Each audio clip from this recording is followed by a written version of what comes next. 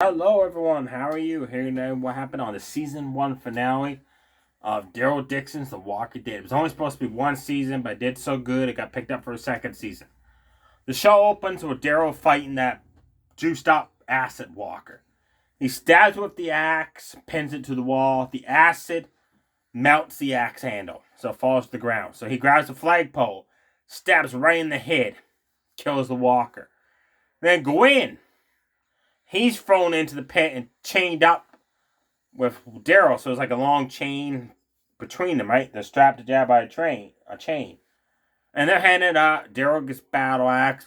Poor Grin gets a ball pin hammer. Poor guy. And they think they're gonna fight each other, but no. More acid walkers, four of them, come into the pit. They're all pumped up with this drug or whatever going through the system. One's head explodes. Well, at first its face starts melting off. You can see like the skeleton of it. Then it explodes. Gwen's like, well, that's one less walker to worry about. Nobody's got to worry about free. That was funny. One of the walkers, the drug caused it to attack the other walkers. It tore one walker's legs right off. So I was just crawling around. So Daryl and Grant easily takes care of that one. Because it's got no legs, right? It's crawling. So then it attacks the other walker and tears his bottom jaw completely clean right off. Kills that walker. So we're down to one walker. It attacks Gwen. Gwen struggles to kill it. Daryl smacking it on the back of the head with the axe, but it's got like a metal helmet melted into its head. So it's just like sparks are flying off of it. That was cool. So they take the steel chain, wrap it around his head, and they each of them run the opposite way, pull like tug of war, and pop. Like pop, there goes the result. The head of the walker just pops right off. That was awesome. And then it dies. Stephanie orders her soldiers to kill Daryl and Gwen because there's no more test subject juiced up walkers ready at the moment. Suddenly, like I called it, Burkus and his crew that was amongst the people of France started shooting the rebel soldiers. Big gunfight occurs. Everybody takes off. Daryl and Gwen are running through these tunnels to get away from the soldiers. And Gwen and them stop. They hide behind this wall, and the three soldiers run past them. Gwen has been bitten by that walker he was struggling with. He says, I ain't got much time. I can feel the change happening. He said, here. And he holds his hand out. He says, you know what you got to do. He said, but before you do it, you got to save my son and Isabella. I should have treated them better than I did. I should have went out looking for them, but I never did for those years in France. So Daryl cuts Gwen's hand off so he can be free, right? Because it's still chained together. Gwen lets out this big scream, and the other three soldiers turn around and start running back the other way. Gwen attacks those three soldiers and kills them, and Daryl takes off. Daryl finds Isabella and Lucien. They're behind this locked door. They're trying to get it open. And Walker Gwen comes behind them because there's like a big tunnel. There's like a door here that leads to this door, leads to this hallway. So Walker Gwen is in with the room with Lucien and Isabella. He grabs hold of Isabella. He goes to bite her in the neck. Daryl hands Lucien the battle axe. Lucien has to kill his own father to save his aunt Isabella, which by the way he still doesn't know they're related. He doesn't feel bad. He looks at Isabella because he says, that wasn't my dad, that's a walker. They escape. They meet up with Burkus and his crew. They take off two separate ways because instead of having one big group, that'd be too easy for the soldiers to find. We're split off. Divide our forces. Daryl, Isabella, Lucien, and the other nun, you still don't know her name, I apologize. They're driving down this road on this car to get away from the soldiers, and the car breaks down. Daryl's fixing it. They start asking Daryl, like Isabella asks, like, is there anybody back home that you love, right? Like all these emotional like questions. You can tell Daryl was like, she's got a fame for me, right? That kind of look. But he says, there is someone back home I do love. So, is it Carol? Is it Connie? Is it Maggie? He loves someone back home. Probably the dog. I think it's probably the dog, knowing Daryl. Suddenly, Gennett shows up with soldiers. 3 of them. And they have orders now to kill everyone that refuses to be a part of their regime and stand with them.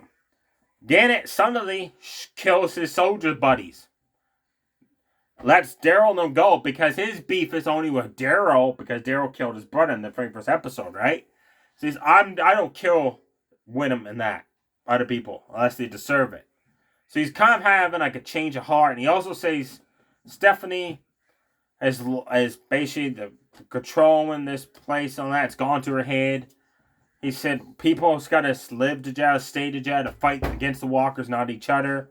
So he tells him, go to this place. There's an awning called the Nest. Go there, you'll be safe. It's a day's north from there. So they head to this awning, and there's an awning surrounded by a body of water. They have to wait till the tide goes out so they can walk along the sandy shore, the beach and that. They get to the awning. They're welcome open arms by this group of survivors that live there. Daryl says, we won't stay long because Stephanie and the soldiers will be here. And they says, let them come. We're prepared to fight. Not real. If you're prepared to fight and Daryl Dixon has to teach you guys how to shoot rifles and that, you ain't prepared to fight no soldiers. I'm just telling you.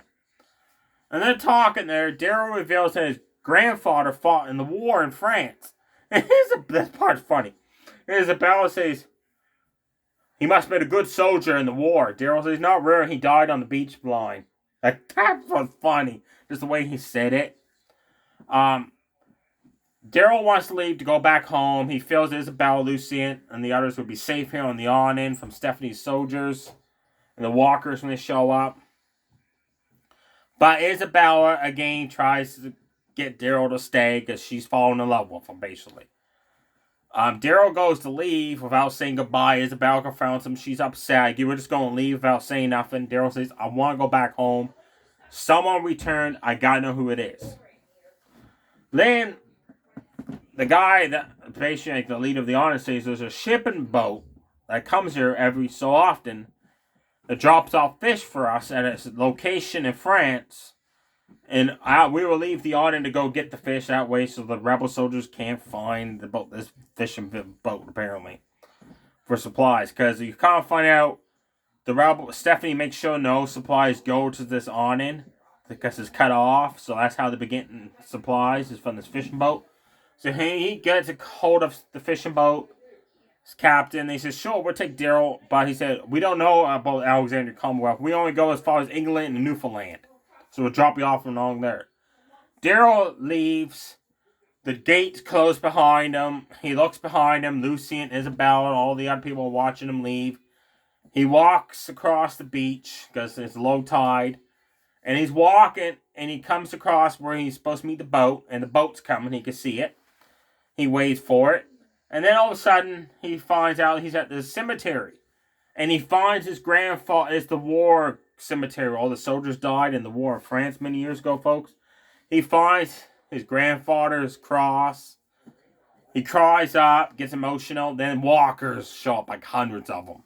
He starts killing them off easily with the mace, like just kicking ass. Daryl Dixon went, baby. Loved it.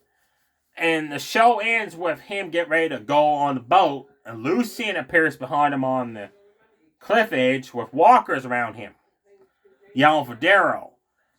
We don't know. Did Daryl get on the boat with Lucien? Is Lucien to leave with Daryl to go to England/Newfoundland and get back the way to Commonwealth?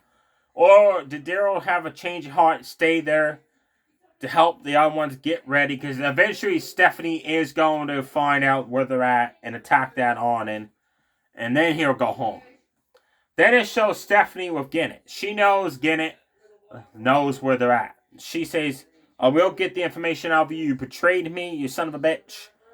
And she takes him, orders him to be taken away to one of the rooms. We're going to beat the shit out of him for information. Poor Gennett. I can't wait to see what kind of shape he's going to be in the season 2. But he looks like a tough cookie. I think it's going to take a while for him to break. To tell her where he sent them. Then, after like the credits, all of that go, it shows somebody on Daryl's bike. Because there's this crossbow there and that.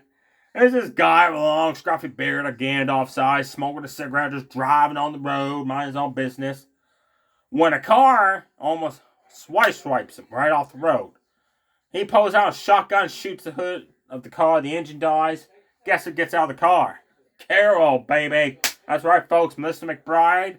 She's announced to be on season 2 of this show. She was going to be on season 1, but she didn't want to move to France for all the film shooting and stuff like that for the episodes. She's had to change her heart. She felt bad for the fans, so she's going to be in season 2 of it.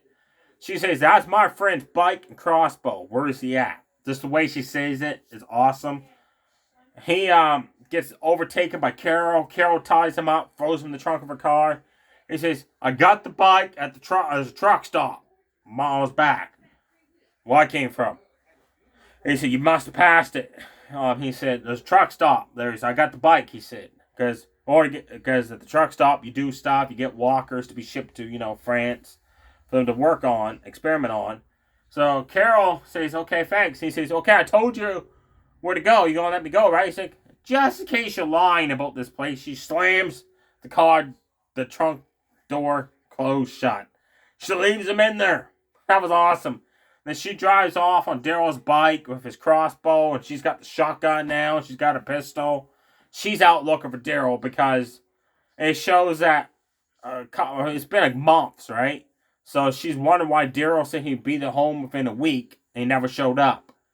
Now, there's an interesting rumor I read online that this may be who it is that came back. It may have been Negan. Because remember, Negan left the Commonwealth so Maggie could be at peace, but then that spinoff show, her, apparently, spoilers here, don't keep watching in case you haven't seen The Walking Dead. Say, like, I haven't seen it, but I read online what happened, is that Maggie, something happens in New York City that causes Negan to go back to his old ways, like being the badass savior and that.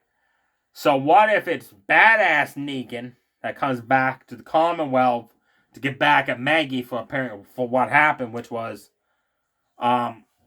Maggie's son was kidnapped by a guy that used to be a savior and taken to New York City. And they raided the hilltop. And she asks Negan for help, and Negan knows this fella. He says he's a bad dude.